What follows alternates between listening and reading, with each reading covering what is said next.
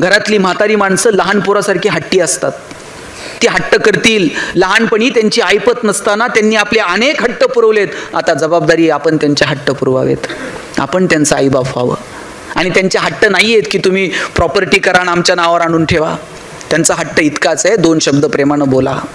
तो संवाद जरी कायम राहिला ना तरी सुद्धा खूप झाला. आणि इथं जे तरुण मुलं मुली आहेत ना, माझं तुम्हाला सांगणं आहे की तुमच्या आईबापाचं तुमच्यावर जेवढं प्रेम आहे ना तेवढं प्रेम तुमच्यावर जगात दुसरं कोणी करू शकत नाही.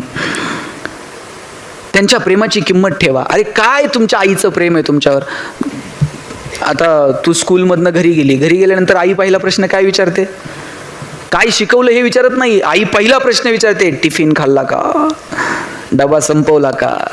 काय प्रेम आहे हो. माझी आई, मी पुण्याला शिकायला गेलो तर नगरवरून जेवणाचा डबा पुण्याला पाठवायची हो. आणि सकाळी 9:30 वाजता शिवाजीनगरच्या स्टँडला आमचा जेवणाचा डबा यायचा. सकाळी 9:30 वाजता जेवणाचा डबा जर पुण्यात येत होता तर नगरहून 6च्या गाडीने दिला असेल.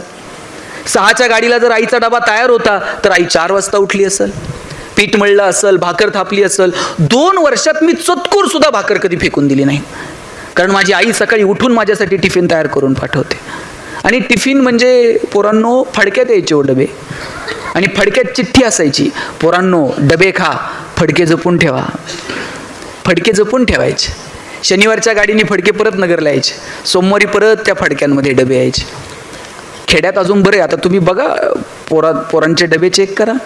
Maggi, noodles, Kurkure, pastries, biscuits, विकत आणलेले प्रोडक्ट पोरांच्या डब्यात असतात. आणि अजून जर परिस्थिती सुधारली ना, बायका 100ची नोट टाकून देतील डब्यात. नाही तर मग कॅन्टीनला गेल्यावर मला फोन कर, मी गुगल पे करते. इथपर्यंत येऊ देऊ नका. त्या नात्यांमधली मजा घेता यायला हवी हो, ते जपता यायला हवं. पोरींनो, तुमच्या बापाचं तर तुमच्यावर इतकं प्रेम असतं, तुम्ही जन्माला आलात ना त्या दिवसापासून बाप तुमच्या 2 गोष्टींचा विचार करतो. एक तुमचं शिक्षण आणि दुसरं तुमचं लग्न. बापाचं पोरावर प्रेम नाही, त्याच्यापेक्षा थोडं तरी जास्त प्रेम पोरीवर असतं. कारण बापाला ठाऊक असतं ओसरीवरती थुई थुई चिमणीसारखे नाचेल आणि एक दिवशी भुर्रकन उडून जाईल. बापाला वाटतं काय देऊ आणि काय नाही तुला. बाप स्वतःला चप्पल घेत नाही, पण तुम्हाला शाळेत जायला चांगले शूज आणून देतो. बाप स्वतः फाटलेलं बनियन घालेल, पण तुम्हाला कॉलेजला जायला चांगले कपडे आणून देईल. बाप सायकलवरती कामाला जाईल, पण तुम्हाला कॉलेजला गाडी घेऊन देईल, बसचा पास काढून देईल. पुरीच्या लग्नात तर बाप असा फेटाबिटा घालून मिरवत असतो, मान बिन अशी उंच करून. पुरीचं कन्यादान झालं ना, मग मात्र जावायच्या हातात मुलीचा हात देतो, खाली मान घालतो आणि सांगतो, जावाय बापू, तळ हाताच्या फोडाप्रमाणे जपली, सांभाळून घ्या. दिवसभर त्याच्या डोळ्यामध्ये अश्रूचा एक थेंब येत नाही. पण पुरीची गाडी एकदा निघून गेली ना, मग मात्र खांबाच्या पलीकडे जाऊन रडतो तो बाप असतो.